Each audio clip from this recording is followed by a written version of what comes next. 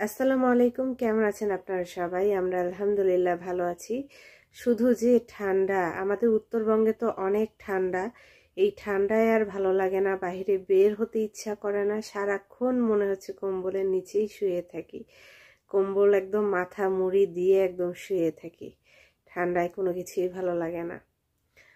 তো আজকে একটু আপনাদের সাথে কথা বলতে আসলাম, কিছু মনের কথা শেয়ার করতে আসলাম। তো আমার কথাগুলো কেউ নেগেটিভ ভাবে নেবেন না। আসলে আমার যেটা মনে হলো তাই ভাবলাম যে আপনাদের সাথে একটু শেয়ার করি কথাগুলো। আচ্ছা বলেন দেখি, এই নতুন বছরটা যখন আসে আমরা সবাই কত খুশি থাকি, খুশি হই যে আর মানে চলতি বছরটা শেষ হয়ে যাচ্ছে, এটার জন্য দুঃখ করি। আর নতুন যে বছরটা আসতেছে সেটার জন্য আমরা কত খুশি হই। আমরা 31st নাইটে কি করব না করব, পিকনিক খাবো, গান বাজনা বাজাবো, নাচানাচি করব, কত খুশি হই, তাই না? আতশবাজি ফোটাবো, ফানুস উড়াবো, কত রকম সবাই চিন্তা ভাবনা করে, তাই না? কিন্তু একটা কথা ভাবেন, এই নতুন বছর কি সবার জন্য কি সুখ নিয়ে আসে? এটা কেউ কখনো চিন্তা করেছে যে নতুন বছরটা আসছে, এই নতুন বছরটা কি আমার জন্য সুখ নিয়ে আসবে না দুঃখ নিয়ে আসবে, নাকি আরো ভালো কিছু নিয়ে আসবে আমার জন্য? এটা কিন্তু কেউ চিন্তা করে না। সবাই মনে করে নতুন বছর আসছে, এটাকেই সবাই বরণ করে নেয়। কিন্তু অনেকেই আছে যে নতুন বছরের শুরুটাই তাদের ভালো যায় না। এটা যে আমার সাথে ঘটেছে এমন না, আমার যেটা মনে হলো সেটাই আর কি বলছি আমি। অনেকেই তো আছে যাদের নতুন বছরের শুরুতে বা আজ 31st নাইট, কাল 1 জানুয়ারি নতুন বছর শুরু। তো হতে পারে কারো আত্মীয় স্বজন, কারো বাবা মা, কারো ভাই বোন তাদেরকে ছেড়ে পৃথিবী থেকে চলে গিয়েছে। তাহলে বলেন, তাদের নতুন বছরের শুরুটাই কিভাবে হলো? তাদের কি এটা সুখ নিয়ে আসলো? তারা তো আনন্দটা করতে পারলো না। তো সেটাই বোঝাতে চাচ্ছিলাম, নতুন বছরটা সবার জন্য সুখের হয় না। আর আমরা শুধু এই নতুন বছর আসছে যে কত খুশি থাকি। একটা সময় আমিও ছিলাম যে নতুন বছর আসছে, নতুন বছরের বরণ করে নিব, পিকনিক করব, ফানুস উড়াবো, আতশবাজির ফোটাফুটি হবে, অনেক আনন্দ মনের মধ্যে ছিল। কিন্তু যখন আমি আমার আব্বুকে হারাই, তারপর থেকে এই আনন্দগুলো না মাটি হয়ে গিয়েছে। মনের মধ্যে একটা ভয় কাজ করে, সামনের বছর কে থাকবে আর কে থাকবে না। এই জিনিসটি আমার আম্মুও বলে যে নতুন বছর আসলে আমার না ভালো লাগে না, কারণ এই বছরে তো সবাই ছিলাম, সামনের বছর কে থাকবে কে থাকবে না, কাকে হারাবো, এই ভয়টা মনের মধ্যে থেকে যায়। তো আমি যখন আম্মুর এই কথাটা চিন্তা করি, আসলেই মনের মধ্যে আনন্দটা আসে না। একটা চিন্তা করে দেখেন, আমরা 2024 সালে কতজনই বেঁচে ছিলাম, কতজনই হলো বাবা মা ভাই বোন আত্মীয় স্বজন আর কি আছে বেঁচে। আর এই যে 25 সালটা, এই সময় আমরা কাকে হারাবো না হারাবো, আল্লাহ কার হায়াত কতটুকু রেখেছে সেটা কিন্তু আমরা জানি না।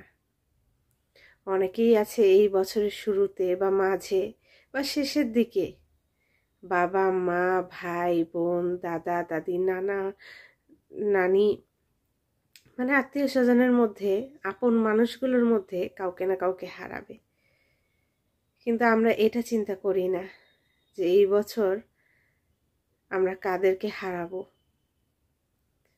এটা আমার সাথেও হতে পারে, আপনাদের সাথেও হতে পারে, অথবা আমি নিজে বেঁচে থাকবো কিনা, এই চিন্তাটাও কিন্তু আমরা করি না। হ্যাঁ, গত বছর আমরা সবাই বেঁচে ছিলাম, আমি নিজেও বেঁচে ছিলাম। জানি না এই বছর নতুন বছরে আমি বেঁচে থাকবো বা আমার আত্মীয় স্বজন বা আমার আপন জনেরা বেঁচে থাকবে কিনা আমরা কেউ বলতে পারি না। তো এগুলো ভাবলেই নতুন বছরের সেই আনন্দটা আর আসে না, কারণ বছর দিন সময় কিন্তু তার মতোই চলে যাচ্ছে, শুধু সালটাই বদলাতে আছে।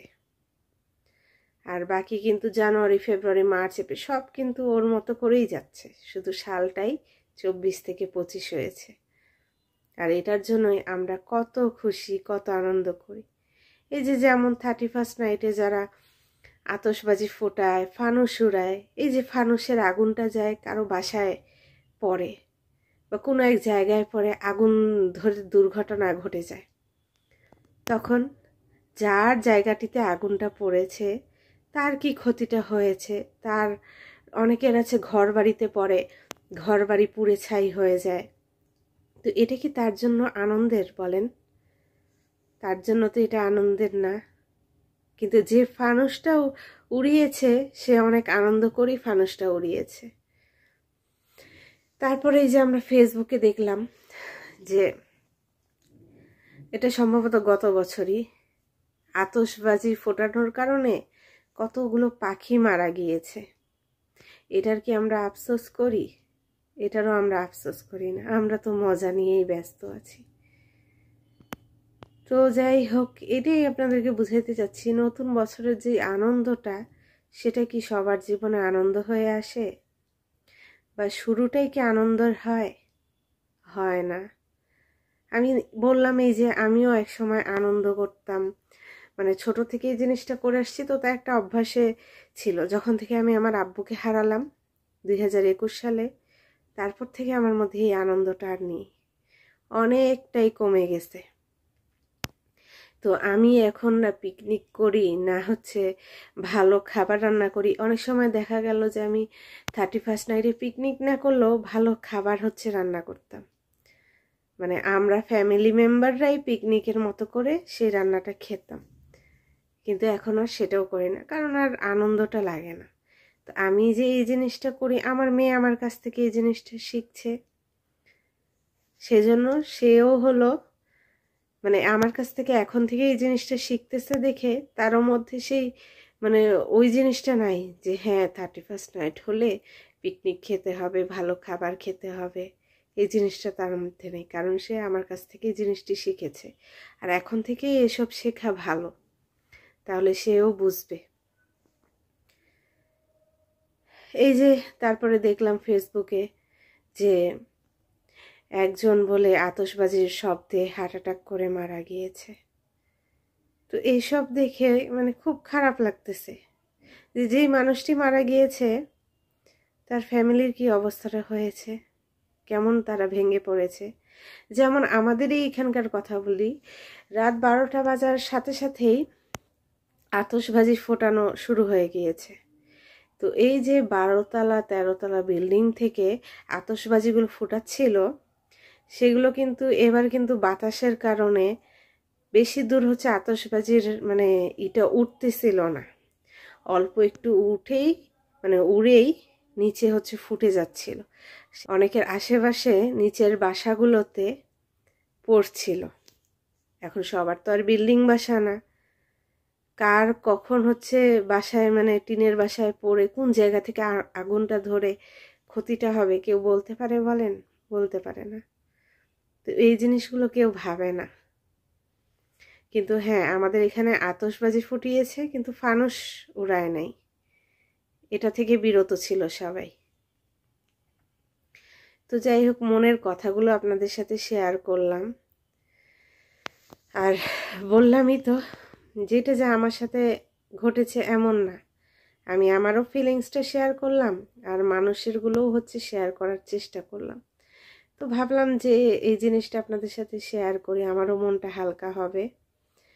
আর তারপরও আশা করি সবার এই বছরটি ভালো কাটুক, সবাই সুস্থ সবল থাকুক, সবাই হচ্ছে গত বছরে যে পাপগুলো করেছে আল্লাহ তাদের হেদায়েত দিক, আল্লাহ তাদেরকে হেদায়েত দিয়ে ভালো পথে নিয়ে আসার চেষ্টা করুক। তো যাই হোক, আমার ভিডিওটি আমার কথাগুলো যদি কারো খারাপ লেগে থাকে তাহলে ক্ষমার দৃষ্টিতে দেখবেন। তো আজকের ভিডিওটি এখানেই শেষ করছি। সবাই ভালো থাকবেন, আমাদের জন্য সবাই দোয়া করবেন, আমার জন্য সবাই দোয়া করবেন। আমি একটু অসুস্থ তাই, তো ভিডিওটি এখানেই শেষ করলাম। আল্লাহ হাফেজ।